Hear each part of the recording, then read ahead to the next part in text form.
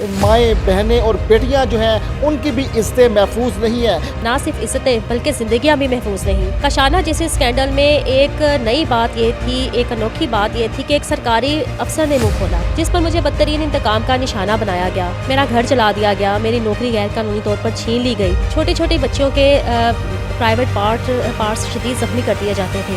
महक इलियास को, अली इलियास को बेदर्दी से कत्ल कर दिया गया। मैंने इस जंग में, इस जिहाद में अपना सब कुछ लुटा दिया। आज मेरे बच्चे मेरे साथ दर बदर है। मैं सिर्फ आवाज़ उठा सकती हूँ। मुझ पर मुतादिद बार जानलेवा हमले करवाए गए, मेरा घर जला दिया गया कि 25 साल तक एक नाबीना सरकारी चौकीदार रात की ड्यूटी देता रहा। आधी सच्चाई बताई है, आधी सच्चाई अभी भी बतानी बाकी है।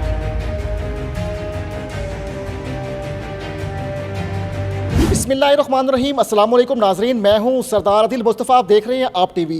नाजरीन, मेरे साथ अफशा लतीफ़ साहिबा मौजूद हैं जो साबिक सुपरिटेंडेंट काशियाना होम्स हैं। इनसे हम बात करेंगे। इन्होंने आज लाहौर प्रेस क्लब में धुआंधार और पुरहजूम प्रेस कॉन्फ्रेंस की और इसमें इन्होंने संगीन इल्ज़ामात लगाए और संगीन इल्ज़ामात इन्होंने लगाए कि दारुल अमान जो हैं और जो है ये यतीम खाने जो बनाए जाते हैं जहाँ पे इज़्ज़त माब जो हमारी माएँ बहनें और बेटियाँ जो हैं उनकी भी इज्जतें महफूज नहीं है। तो इस हवाले से अफशा साहिबा ने प्रेस कॉन्फ्रेंस भी की और प्रेस कॉन्फ्रेंस करते करते ख़ुद भी आपदीदा हो गई। तो सारी हम बात इनसे ही पूछेंगे और आपको ये बताऊं कि इनको भी विक्टिम का निशाना बनाया गया, इसका भी जवाब अफशा साहिबा हमें देंगी। अस्सलाम वालेकुम मैडम। वालेकुम अस्सलाम। मैडम, ये जो यतीम खाने बनते हैं यहाँ पे जो है मासूम जो है गरीब लोग जो हैं पनाह लेते हैं, लेकिन आपने बताया कि बड़े बड़े इदारों के आपने नाम लिए, चाइल्ड प्रोटेक्शन ब्यूरो का नाम लिया और काशाना का नाम लिया, यहाँ भी मासूम बच्चियों की इज्जतें महफूज नहीं है और आपने हाथ में ये दस्तावेज़ात भी पकड़े हुए हैं। ये क्या सारा माजरा है? ये वही मामला है जो 4 साल से मीडिया पर, सोशल मीडिया पर चल रहा है कि जो सरकारी यतीम खाने हैं, दारुल अमान हैं, वहाँ पर रहने वाले बच्चे, बच्चियाँ और औरतों की इज़्ज़तें महफूज नहीं। ना सिर्फ इज़्ज़तें और ना सिर्फ इज़्ज़तें बल्कि ज़िंदगियां भी महफूज नहीं।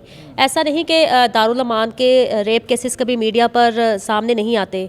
चाइल्ड प्रोटेक्शन ब्यूरो में बच्चों के साथ जिनसी ज़्यादतियों के आए रोज़ वाक़यात मीडिया पर आते हैं जिनको अंडर द कारपेट कर दिया जाता है। कशाना जैसे स्कैंडल में एक नई बात ये थी, एक अनोखी बात ये थी कि एक सरकारी अफसर ने मुँह खोला। सरकारी अफसर कभी अपना मुँह नहीं खोलता। मैंने उस वक्त आवाज़ उठाई थी जब मुझे ऑन पे स्केल पर प्रमोशन देकर सुपरिटेंडेंट का शाना तैनात किया गया था। जब मुझे सुपरिटेंडेंट का शाना तैनात किया गया, मुझे भी उसी प्रेशर का सामना करना पड़ा। बच्चियों को मिसयूज़ करवाने के अहकाम दिए गए मुझे साबिक हुकूमत की तरफ से, जिसमें साबिक हुकूमत के बाअसर वज़रा भी शामिल थे। मैंने इनकार कर दिया। मैंने ना सिर्फ इनकार किया बल्कि मैंने तहरीरी दरख्वास्तें भी दी इन घिनौने अहकामात के ख़िलाफ़, जिस पर मुझे बदतरीन इंतकाम का निशाना बनाया गया। 29 नवंबर 2019 को काशाना का मेन गेट के ने तोड़ डाला। मीडिया पर यतीमों लवारिस बच्चियों के बयानात लाइव चलाए गए जिसमें बच्चियों ने कहा कि उनके साथ जिनसी ज़्यादतियाँ की जाती हैं। सरकारी गाड़ियों में लोग उमर रसीदा काशाना में लेकर आती थी डायरेक्टर जनरल अफशा किरण इम्तियाज़ और वज़ीर सोशल वेलफेयर अजमल चीमा, और इन उमर रसीदा अफराद के हवाले उन यतीमों लवारिस बच्चियों को कर दिया जाता था। काशाना जैसे स्कैंडल मंजर आम पर आने के बाद उन तमाम बच्चियों को साबिक हुकूमत ने काशाना से गायब करवा दिया और 2 लवारिस लड़कियों कायनात और साजदा को बेदर्दी से कत्ल करवाया गया। मुझ पर जानलेवा हमले करवाए गए, मेरा घर जला दिया गया, मेरी नौकरी गैर कानूनी तौर पर छीन ली गई। अच्छा मैडम, आप तो दबंग सुपरिटेंडेंट थी, आप जो है ख़वातीन के हकूक़ के लिए भी बात करती थी और अभी भी करती हैं, तो आपकी नौकरी क्यों ख़त्म कर दी गई? क्या आपने ऐसा काम किया कि आपको सुपरिटेंडेंट के ओहदे से माजूर कर दिया गया? 30 मार्च 2019 को काशाना में रात के 4 बजे वज़ीर आला का सिक्योरिटी अफसर अदारे में आया जो बच्चियाँ अपने साथ लेकर जाता था। मुझे उस वक्त 3 माह का अरसा हुआ था काशाना में सोशल वेलफेयर ऑफिसर काम करते हुए। मैंने इस वाक़े की CCTV फुटेज बनाई और अपने आला अफसरान को दी। मुझे खामोश करवाने के लिए मुझे ऑन पे स्केल पर तरक्की देकर सुपरिटेंडेंट लगा दिया गया। इन अदारों में जूनियर अफसरान को तरक्कियाँ दी जाती हैं, उन पर अनायात दी जाती हैं, और मैंने उस वक्त आवाज़ उठाई थी जब मुझे प्रमोशन पर बिठाया गया था। ये ऐसा मकरू कारोबार था, ऐसा घिनौना कारोबार था जिस पर मैं एक बहैसियत एक माँ और बहैसियत एक औरत खामोश नहीं रह सकी। छोटे छोटे बच्चों के प्राइवेट पार्ट्स शदीद ज़ख्मी कर दिए जाते थे। सुपरिटेंडेंट खुशनूर जमील की अपनी महकमाना ऑडिट रिपोर्ट है 2017 से 18 2019 की, जिसमें यह बाकायदा लिखा गया है कि जिन बच्चियों की शादियां सुपरिटेंडेंट खुशनूर जमील ने करवाई उनका कोई रिकॉर्ड ही अदारे में मौजूद नहीं है। ना लड़कों लड़कियों के घरों के पते, ना शनाख्ती कार्ड और ना ही निकाह नामे मौजूद हैं। ना ही निकाह नामे मौजूद है। एक तस्वीर मैडम ये आपने हाथ में पकड़ी हुई है, ये किस लड़की की तस्वीर है और इसको क्यों कत्ल किया गया? ये वो बदकिस्मत बदनसीब लड़की है कायनात, जिसको बचपन में चाइल्ड प्रोटेक्शन ब्यूरो में इसके 2 बहन भाइयों के साथ अगवा करके लाया गया। महक इलियास, अली इलियास और कायनात इलियास, इन तीनों के साथ जिनसी ज़्यादतियाँ की जाती थी चाइल्ड प्रोटेक्शन ब्यूरो में। महक इलियास को और अली इलियास को बेदर्दी से कत्ल कर दिया गया और इस कायनात को भी, जिसको चाइल्ड प्रोटेक्शन ब्यूरो के बाद दारुल अमान भेजा गया, दारुल अमान से 2016 में काशाना भेज दिया गया। काशाना जिनसी स्कैंडल मंजर पर आने के बाद चाइल्ड प्रोटेक्शन ब्यूरो और बागबानपुरा पुलिस के ज़रिए कायनात को अगवा करवाया गया। 51 रोज़ तक इसको गायब रखा गया, काले जादू में इस्तेमाल किया गया, इसका खून तक निचोड़ लिया गया। और ये मेरे पास इसकी कायनात की फ्रांसिक मेडिकल रिपोर्ट है, जिसमें ये वाज़िया तौर पर लिखा गया है कि जब इसके जिस्मानी अज़ा भेजे गए फ्रांसिक पोस्टमार्टम के लिए, तो ना तो कायनात का दिल मौजूद था, ना ही उसके दूसरे जिस्मानी आज़ा मौजूद थे, ना ही छोटी आंत मौजूद थी। कायनात को भी बलि दे दी गई। ना सिर्फ कायनात की बलि दी गई, महकमा सोशल वेलफेयर के काशाना से, गहवारा से और दूसरे अदारों से, मॉडल चिल्ड्रन होम से, रायविंड बैगर्स होम रायविंड से और चाइल्ड प्रोटेक्शन ब्यूरो से भी कम उम्र यतीमों लवारिस बच्चे और बच्चियां सप्लाई की गई। अच्छा मैडम, आपने दबंग आवाज़ उठाई है कि दारुल अमान में भी मासूम बच्चे और बच्चियों की इज़्ज़त महफूज नहीं है। आपने निगरान वज़ीर आज़म से भी, उनको भी दरख्वास्त दी, वज़ीर आला पंजाब मोहसिन नकवी से भी आपने दरवाज़ा खड़काया और उन्होंने JIT बनाई है और आपको यकीन दहानी करवाई है कि इस तमाम मामले में इंसाफ होगा। कहाँ तक आपकी आवाज़ की सुनवाई हो रही है अब? आज मेरी आवाज़ पाकिस्तान के घर घर में, कोने कोने में मौजूद है। आज हर बंदा ये सवाल उठा रहा है, हर साहिबे औलाद ये सवाल पूछ रहा है कि यतीम खानों में रहने वाले बच्चे और बच्चियां क्या महफूज हैं। आज सोशल मीडिया पर हर जो है दर्द दिल रखने वाला पाकिस्तानी मेरी आवाज़ के साथ आवाज़ मिला रहा है। मेरी ये जद्दोजहद रायगा नहीं जाएगी। मैंने इस जंग में, इस जहाद में अपना सब कुछ लुटा दिया। आज मेरे बच्चे मेरे साथ दर बदर हैं। मेरी जद्दोजहद उन हज़ारों यतीमों लवारिस बच्चों, बच्चियों और औरतों की ज़िंदगियों को तहफ़्फ़ुज़ दिलवाएगी, उनको इस चाइल्ड अब्यूज़ के, इस जिनसी कारोबार से हमेशा के लिए निजात दिलाएगी। और जिन लड़कियों को, बच्चियों को शादियों के नाम पर गायब कर दिया जाएगा, अब ये महकमा सोशल वेलफेयर के अफसरान, वज़ीर आला मुआयना टीम के अफसरान, चाइल्ड प्रोटेक्शन ब्यूरो से जो बच्चे गायब किए जाते थे, बच्चियां गायब की जाती थीं, अब ऐसा नहीं हो सकेगा। मुझे पूरी उम्मीद है अपनी अदालतों से, अपनी रियासती अदारों से, अपनी पाक फ़ौज से कि जो इन यतीमों लवारिस बच्चों और बच्चियों की इज़्ज़तों को बचाने के लिए अपना मजबूत, इंतहाई अहम किरदार अदा करेंगे। मैं सिर्फ आवाज़ उठा सकती हूँ, मेरे पास वो पावर नहीं है। मेरे पास आप सिर्फ आवाज़ उठा सकती हैं। आपने आवाज़ उठाई कि लावारिस बच्चों की इज़्ज़तों के साथ खिलवाड़ हो रहा है, जो है ये बाअसर लोग जो आते हैं और जो है मासूम बच्चों को जो है चाइल्ड अब्यूज़ करते हैं, तो इसकी पादाश में आपको किस किस विक्टिम का निशाना बनाया गया?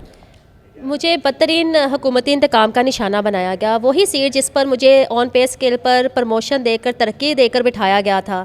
और जब मैंने इस चाइल्ड अब्यूज़ के घिनौने माफिया की, इन हुकूमती वज़रा की आला कार बनने से इनकार कर दिया, मुझे सस्पेंड करवा दिया गया और गैर कानूनी तौर पर 4 महीने अंडर सस्पेंशन काशाना ही में काम करवाया। बच्चियों का खाना पीना बंद कर दिया गया, बच्चियों को डराया धमकाया जाता था, मुझे मेरे बच्चों समेत जान से मारने की धमकियां दी जाती थीं। काशाना जिनसी स्कैंडल मीडिया पर मंजर-आम आने के बाद मुझ पर मुतादिद बार जानलेवा हमले करवाए गए, मेरा घर जला दिया गया, मुझ पर झूठे खुफिया मुकदमा दर्ज करवाए गए, कोट लखपत जेल के 10 सेल में मेरे साथ शर्मनाक सलूक करवाया गया, पर मेरी बरहना वीडियो बनाई गई, मेरे बेशुमार एहतजाज हैं और मुझे डराया धमकाया गया कि मैंने जुर्रत कैसे की, हिम्मत कैसे की। अच्छा साहिबा, आप भी नहायत अहम सीट पर बुरा जमान थी, ज़ाहिरा इन तमाम जो है कीनली तौर पर आप देखा करती थी कि क्या हो रहा है, बच्चों के साथ चाइल्ड अब्यूज़ हो रहा है। तो आपने जब आवाज़ बुलंद की तो आपको क्या लगा कि कितने की तादाद में जो है ये बच्चे और बच्चियाँ हैं जिनके साथ जो है ऐसा मकरू अमल हुआ है? सैकड़ों बच्चियाँ हैं। 1974 में अदारा बनाया गया काशाना लाहौर, और आपको जानकर हैरत होगी कि 25 साल तक एक नाबीना सरकारी चौकीदार रात की ड्यूटी देता रहा। वो चौकीदार जो बच्चियों की इज़्ज़तों का मुहाफ़िज़ था, वो नाबीना था। 2018 से पहले काशाना 1974 से बनाए गए अदारे में एक भी CCTV कैमरा मौजूद नहीं था जो बच्चियों की मूवमेंट को रिकॉर्ड करता। सरकारी बस में, सरकारी गाड़ी में दुल्हन की तरह सजा संवार कर बच्चियों को गेस्ट हाउसेस में, होटल्स में भेजा जाता था। ऐसा नहीं, ये तो साल हर साल से एक चाइल्ड अब्यूज़ का, जिनसी कारोबार का एक सिलसिला था जो चला आ रहा था। महकमा सोशल वेलफेयर के अफसरान अपनी तरक्कियों के लिए महकमाना तौर पर उन बच्चियों को सप्लाई कर रहे थे। अच्छा, आपने प्रेस कॉन्फ्रेंस में कहा कि आपकी भी जान को ख़तरा है, मैं घर पहुंच पाऊंगी भी कि नहीं पहुंच पाऊंगी ऐसी प्रेस कॉन्फ्रेंस करके, क्योंकि आपने एक माफिया को आपने इंडोर्स किया, एक माफिया को आपने ललकारा है। तो आपको भी धमकियां हैं, क्या धमकियां हैं, हमसे शेयर करें। बिल्कुल, मुझे अभी भी थ्रेट है, मुझे अभी भी धमकियाँ दी जाती हैं कि मैं खामोश हो जाऊं, और अभी तो बहुत से ऐसे हौलनाक इंकशाफात हैं जो शायद मैं कभी बता ही ना सकूं। शायद वो सच्चाई हमारा मुआशरा बर्दाश्त ही ना कर सके। अभी तो मैंने ये समझे कि मैंने तो अभी सिर्फ आधी सच्चाई बताई है, आधी सच्चाई अभी भी बतानी बाकी है जो शायद मैं कभी बता सकूं। जब GIT बनेगी, जब महकमाना इंक्वायरीज़ को पब्लिक किया जाएगा, जब अदालती तहकीकात इसके ऊपर और मज़ीद की जाएंगी, तो ये एक ऐसा घिनौना कारोबार था जिसके ऊपर मैं खामोश नहीं रह सकी। और खामोश नहीं रह सकती, अल्लाह ताला की ताकत देखी। लेकिन अब आपकी वज़ीर आला पंजाब मोहसिन नकवी साहब भी बात सुन रहे हैं, आपको निगरान वज़ीर आज़म ने भी जो है आपकी दरख्वास्त पे सुना है। तो आपको कितने हद तक इंसाफ मिलने की उम्मीद है? इंसाफ तो अल्लाह ताला ने कर दिया। अल्लाह ताला की अदालत में ये 4 साल से केस चल रहा है, जहाँ पर इबरतनाक सज़ाएँ सुनाई जा चुकी हैं। इबरतनाक इनको सज़ाएँ सुनाई गई, इबरतनाक अंजाम इंशाल्लाह मज़ीद होगा इनका। और जो सरकारी सहूलतकार थे, सरकारी अफसरान, महकमा सोशल वेलफेयर के, वज़ीर आला मुआयना टीम के, महकमा सोशल वेलफेयर के अफसरान तो अदालतों में तलब किए जा रहे हैं।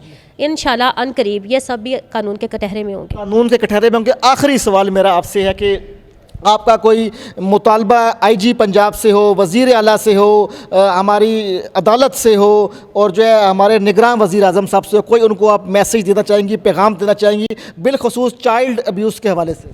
बिल्कुल, मेरा यही पैगाम है कि ये अफशा लतीफ़ का ज़ाती मामला नहीं है। ये मामला है उन हज़ारों यतीमों का, लवारसों का, जिनके लिए आवाज़ उठाने वाला कोई नहीं। इन यतीमों के लिए, लवारसों के लिए जो सरकारी अदारों में पनाह गज़ीन है, जिनका साल हर साल से जिनसी इस्तेसाल किया जा रहा है, जिनको कत्ल किया जा रहा है, उनके हक़ में उठने वाली एक ही आवाज़ है, अफशा लतीफ़। मेरा इबरतनाक हशर देकर जो मेरे साथ जुल्म जबर किया गया, कोई सरकारी अफसर इसके ऊपर आवाज़ नहीं उठाएगा।